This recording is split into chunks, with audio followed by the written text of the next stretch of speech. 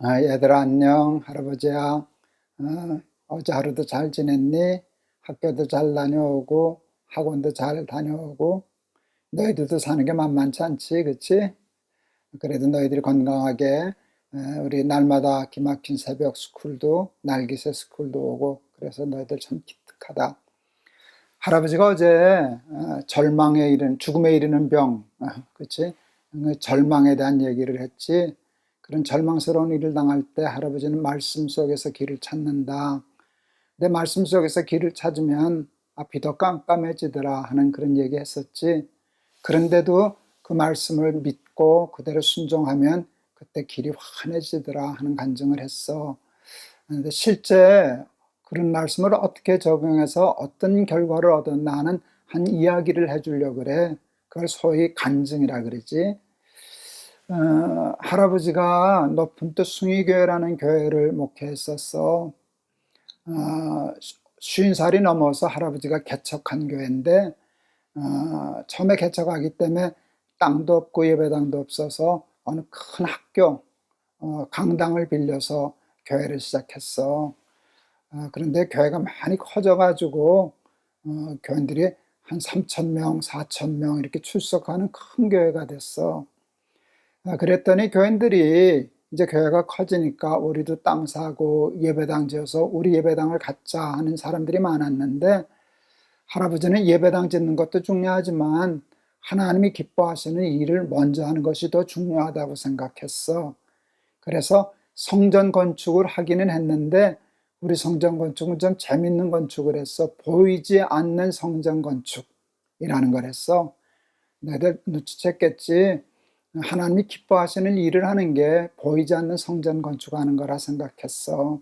학교도 세우고 재단도 세우고 탈북자도 돕고 노숙자도 돕고 또 아프리카 말라위도 돕고 베트남도 가고 신나게 일을 참 많이 했어. 하나님이 기뻐하시는 일을 열심히 하는 게 또 보이지 않는 더 중요한 성전이라고 생각했기 때문이야. 그런데 하나님이 기뻐하시면 시험이 있어. 사탄이 배 아파하거든. 그래서 사탄이 우리를 시험했어. 그게 뭔가 하면 학교에서 나가라 그러더라. 그때 나가라 그럴 때는 우리 교인이 벌써 한 5,000명 출석할 때였거든. 갈 데가 없었어, 큰 교회가. 그런데 보이지 않는 성전 건축을 보이는 성전으로 이렇게 싹 바꾸면 돼. 먼저 우리 예배당 문제를 해결하고 나중에 다음에 보이지 않는 성전 건축 그 약속 지키겠습니다 라고 했으면 아무렇지도 않게 아마 해결했을 수 있었을 거야. 그런데 그때 할아버지가 성경을 읽을 때 누가복음을 읽고 있었어. 누가복음 9장 62절. 참 기가 막힌 말씀이 있더라. 거기 누가복음 9장 62절에 이런 말씀이 있어. 쟁기를 잡고 뒤를 돌아다 보는 자는 하나님 나라에 합당치 않다. 쟁기를 잡고 뒤를 돌아다 보는 자는 하나님 나라에 합당치 않다. 할아버지와 우리 높은 뜻 숭의교회는 무슨 쟁기를 잡았는가 하면 보이지 않는 성전 건축을 한다는 쟁기를 잡았어. 예배당 지을 돈으로 탈북자도 돕고 노숙자도 돕고 재단도 세우고 학교도 세우고 이런 쟁기를 잡았는데 돌발 사고가 난 거야. 우리는 학교가 예배당을 빌려줬기 때문에 그 일을 할 수 있었는데 보이는 예배당을 흔들어서 이제 나가라 그러니까 보이지 않는 성전 건축을 보이는 성전 건축으로 바꾸는 수밖에 없었어. 그 뒤를 돌아다 보는 거지. 근데 뒤를 돌아다 보면 보이지 않는 성전 건축은 못하는 건가? 아니 나중에 하면 돼. 순서만 바꾸면 돼. 나는 그렇게 해도 된다고 생각했거든. 근데 하나님은 안 된다 그러시더라. 그건 하나님 나라식이 아니래. 하나님 나라에 합당치 않대. 이해가 안 갔어. 이해가 안 갔어. 그래도 할아버지가 자꾸 얘기하잖아. 할아버지는 하나님의 말씀을 다 이해하려고 그러지 않는다고. 내가 어떻게 다 이해하겠니? 할아버지는 무조건 믿기로 했거든. 하나님은 언제나 오라. 할아버지가 재밌는 얘기 해줄까? 할아버지 운전할 때 내비게이션 보고 운전하지 않냐? 오늘 할아버지가 이렇게 생각했어.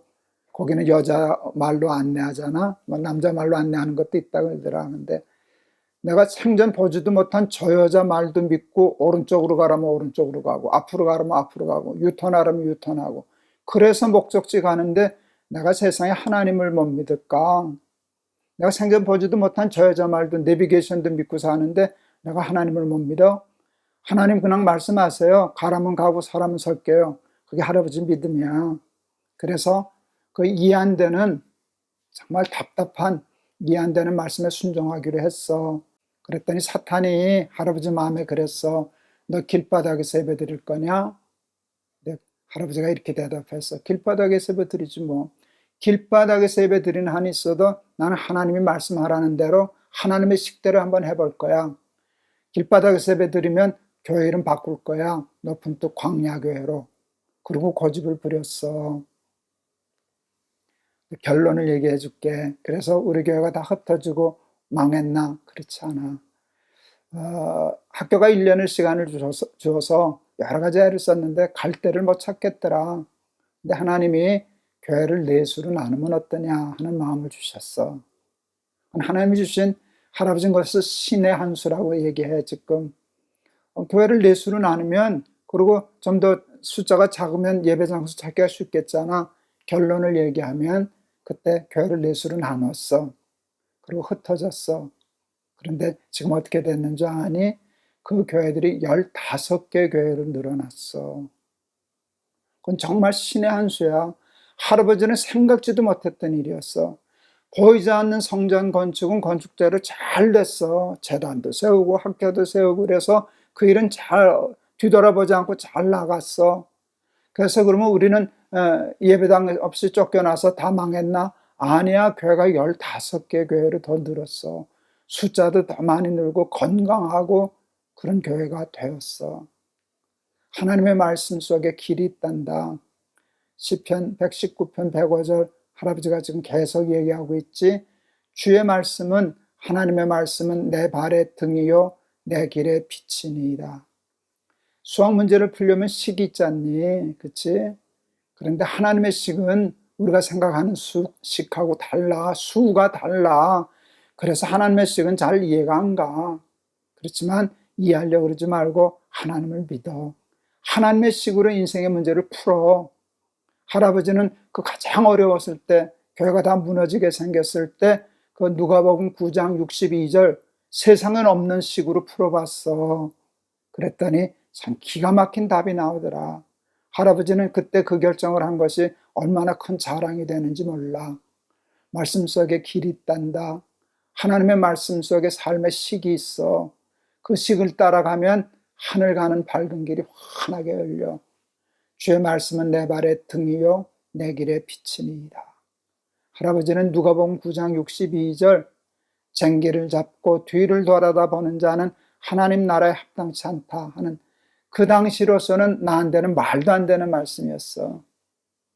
쫓겨나게 생겼는데, 예배 드릴 데가 없는데, 그럼 교회 다 무너지게 생겼는데 하나님이 그 돈으로 예배당 문제 해결하면 안 된다 그랬으니까 이해가 됐겠니? 안 됐지.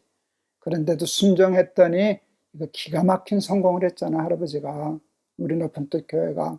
너희들도 하나님의 말씀대로 순종해서 큰 성공을 간증하면서 사는 우리 너희들 되기를 바란다. 할아버지가 한번 기도할게. 주의 말씀은 내 발의 등이요 내 길의 빛이니이다. 듣기는 쉬워도 살기는 어려운데 순종하면 정말 기가 막힌 신의 한 수를 우리도 만나게 될 것입니다.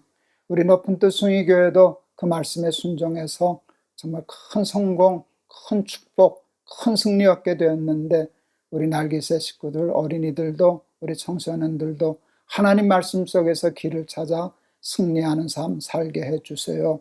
예수 그리스도 이름을 받들어 기도하옵나이다. 아멘. 할아버지는 이 얘기할 때마다 신나. 그래서 오늘은 조금 길어졌다. 하나님의 말씀이 잘 이해가 안 될 때가 많은데 믿고 가면 반드시 승리해. 하나님의 말씀은 발에 등불이고 우리 길의 빛이야. 그 말씀대로 살아서 승리하는 너희들 되길 바란다. 내일 또 보자. 너희들 사랑한다. 안녕.